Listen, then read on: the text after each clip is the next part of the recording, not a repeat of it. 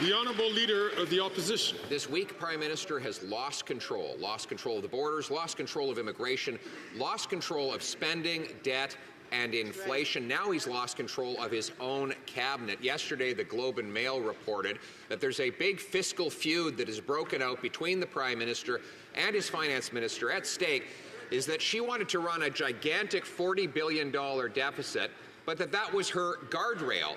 And now this Prime Minister is pushing her through that guardrail and pushing all Canadians off the fiscal cliff. Why? Yeah. The Right Honourable Prime Minister.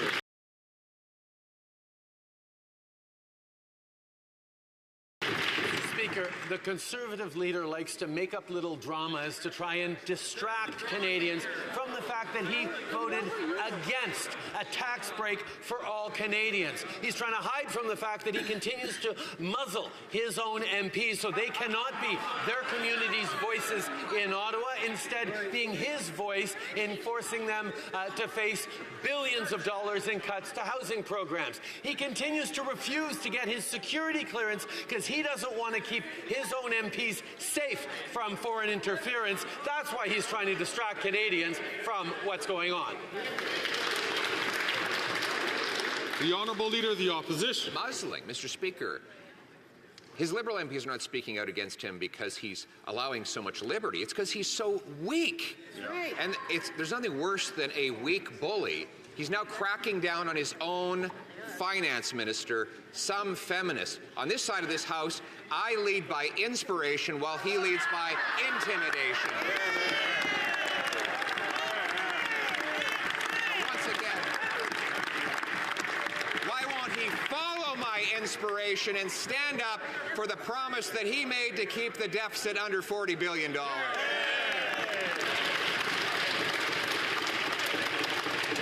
Right Honourable Prime Minister.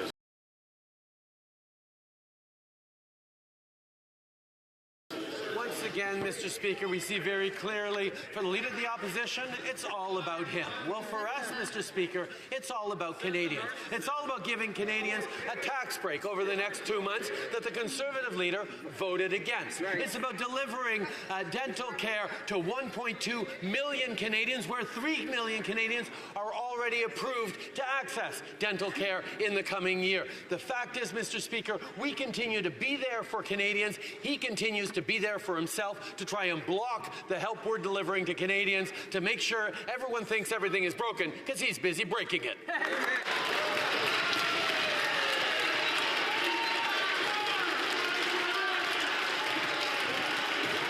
Order. Order. The Honourable Leader of the Opposition. He's been Prime Minister for 9 years. Let's review the chronology. So not even 8 months ago, his minister said the deficit would not exceed $40 billion, the guardrail. Then he went and got his banker friend, Carbon Tax Carney, to become his top economic advisor, stripping the power away from his finance minister. And suddenly, the guardrail was broken. Is he really going to subject his finance minister to the humiliation of reading Carney's fiscal update, which busts through the guardrail?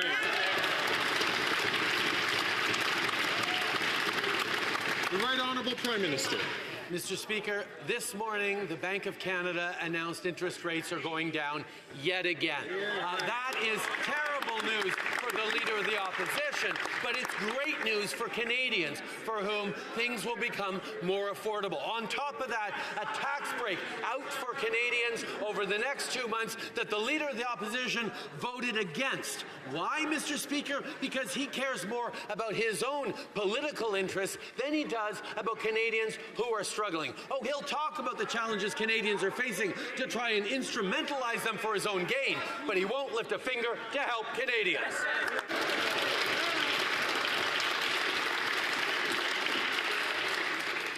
Then I have the Honourable Member for Belleuil-Chambly. Mr. Speaker, the Parliamentary Committee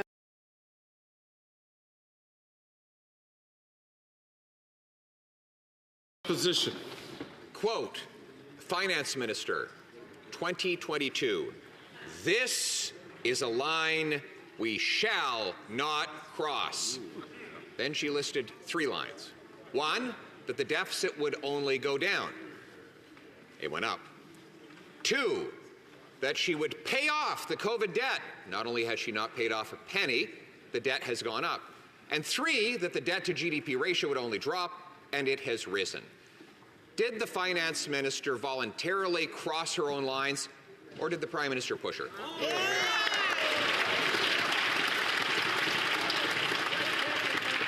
The Right Honourable Prime Minister. Mr. Speaker, the Leader of the Opposition is once again putting on his little dramatic acts because he is trying to distract Canadians from the core facts. Interest rates are down again. Canadians will be getting a tax break over the next 2 months, despite the best efforts of the Conservative leader, who once again, twice this past week, saw that this House has no confidence in him. And third, 3 million Canadians are now approved for access to dental care for the coming year. These are things that he stood against, but Canadians are getting anyway. The Honourable Leader of the Opposition. Mr. Speaker, the Prime Minister is silencing his own finance minister. She was already wildly irresponsible with the public purse, but not irresponsible enough for him. She wanted to keep the deficit at a already massive $40 billion. He said it's not enough. Canadians are not paying enough inflation, according to him. So once again, did she voluntarily smash through her fiscal guardrail, or did he push her? The Right Honourable Prime Minister.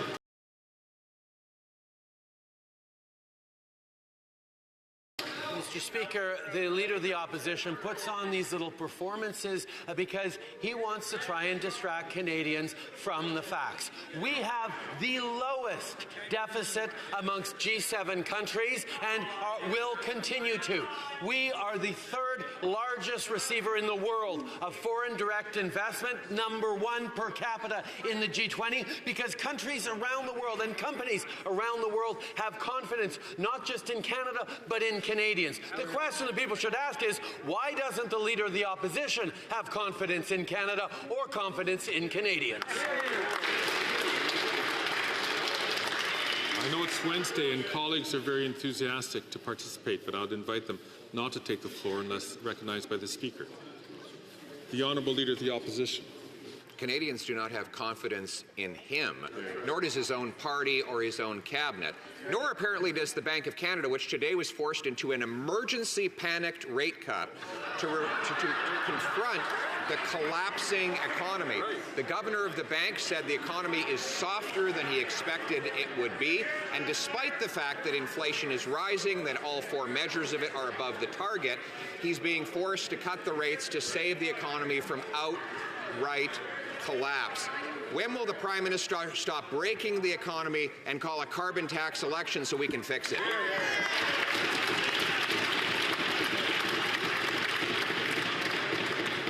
Again, I'm going to ask members not to take the floor unless recognized by the Chair. The Right Honourable Prime Minister. This is completely illogical. Say that in English. The reality is, Mr. Speaker, he's just making this stuff up in a way you couldn't believe. Inflation has been within the target range of the Bank of Canada for over 10 months now. This is because we have been there to help Canadians with things like dental care, like a school food program, with investments that are growing the economy in a way that has brought down inflation and allowed the Bank of Canada to cut rates faster than just about any other G7 country. We are there for Canadians. He's the one voting against things.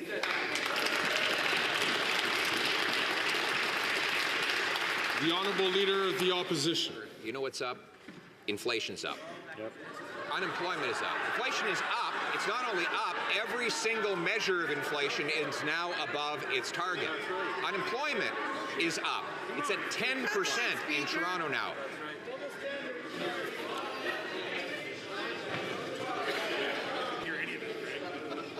The Honourable Leader of the Opposition. Please start again. You know what's up? Inflation's up. All four measures of inflation are now above target. Unemployment's up. In Toronto, it's over 10%. You know what else is up? Housing costs. They've actually doubled. They've risen more than in any other country in the G7. You know what else is up? Food bank use is up. It too has doubled, with 2 million people lined up at the food bank. And you know what else is up again? The promise-breaking inflationary deficit. So why doesn't he tell us, if he's figured out how to count, what the deficit will be this year? Right. Yeah. The Right Honourable Prime Minister. One has to take a moment to appreciate how difficult it must be to be the leader of the opposition at a time when things are getting better for Canadians. He spends all his time, and has for the past... That's enough. I'm going to ask members, please, in particular the members from Portage, Lisgar, as well as from Abbotsford, not to take the floor unless recognized by the Speaker. I'm going to invite the Right Honourable Prime Minister to start again.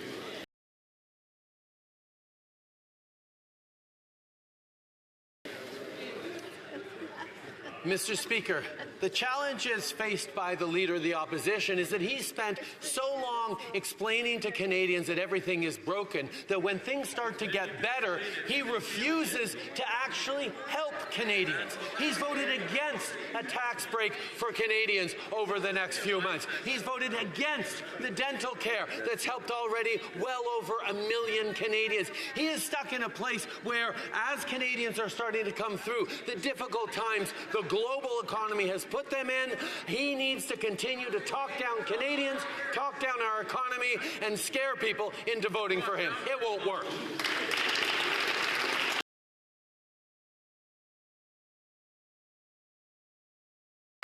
Voted once again for $21 billion in federal spending from the centralizing government. In total, $500 billion inflationary, centralizing, liberal spending, more power for the government here in Ottawa, less money in the pockets of Quebecers.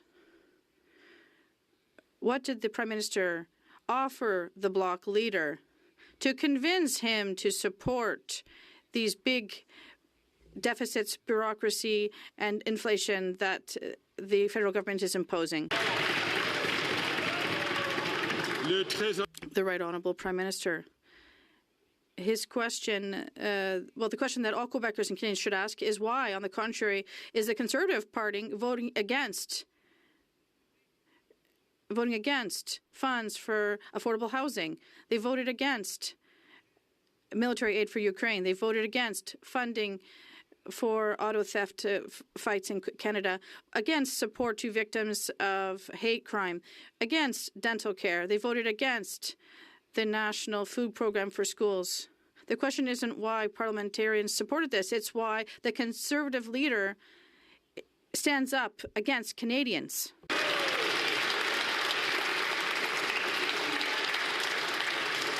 The Honourable Leader of the Opposition, because money will never going to do what he's saying. They're just increasing bureaucracy in Ottawa like they always do. But the Bloc leader says he needs to support the government spending by voting for these appropriations. Otherwise, everything will just shut down like it does in the U.S. But we're not the U.S.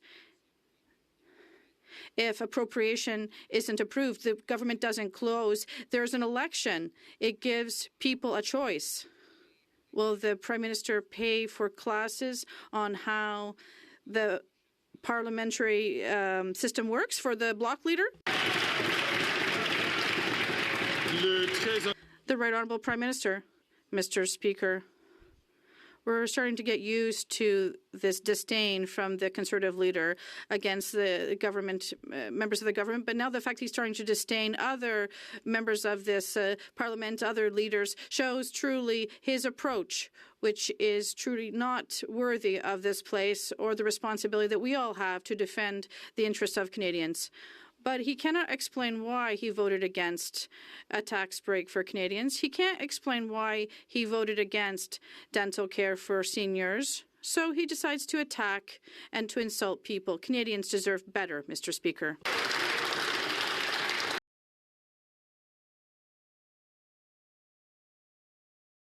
The Honourable Leader of the Opposition. The Prime Minister and the entire Liberal caucus voted against taking the GST off new homes, which would have saved up to $50,000 for a young couple trying to buy a home, almost $3,000 a year in lower mortgage payments, and would have stimulated an extra 30,000 additional homes built. Even the Prime Minister's own housing advisor said that this was the best housing policy he's seen in a generation. Why does the Prime Minister insist on taxing young people who are struggling to pay the doubling housing costs that he's brought since he took office? The Right Honourable Prime Minister. Mr. Speaker, Canadians have long learned that whenever Conservatives make promises, you have to look at the small print. And what the Leader of the Opposition actually proposed was cutting billions of dollars worth of investments to municipalities across the country to create more density, to accelerate the construction of homes, and to cut bureaucracy and red tape. Indeed, members of the Conservative Party have been advocating to invest in their communities, to send money to their mayors. And the Leader of the Opposition wrote a letter in their name saying, no, none of them want those investments in housing. Shame on him, Mr. Speaker. The Honourable Leader of the Opposition. Mr. Speaker, he's again imagining things. His program does not build homes, it builds bureaucracy. The only density is in his head. Our policy was... I'm going to ask the Honourable, the Leader of the Opposition to withdraw that and to rephrase his question. Thank you. It's in his imagination, that's all. Mr. Speaker, the Prime Minister wants to tax people up to $50,000 on buying a home so that he can give more money to the very bureaucrats that block home building. It's not that his housing funds don't help. It's worse. They actually block new home building with more bureaucrats. Why don't we follow my plan to slash the bureaucracy, axe the tax, and build the homes? The Right Honourable Prime Minister. Mr. Speaker, the problem with what the Conservative leader is saying, leaving aside the childish insults, is that his own MPs are going behind his back, pleading to the minister to please send investments to build more homes to their municipalities, are complaining behind his back to the CBC that they can't stand up for their communities. Mr. Speaker, MPs are supposed to be their communities' voices in this place, but he gives them a whap on the knuckles if ever they dare be anything but his voice in their communities. Before the Honourable Member takes his seat, I'm going to ask the Honourable Member from Niagara Falls to please not take the floor when not recognized.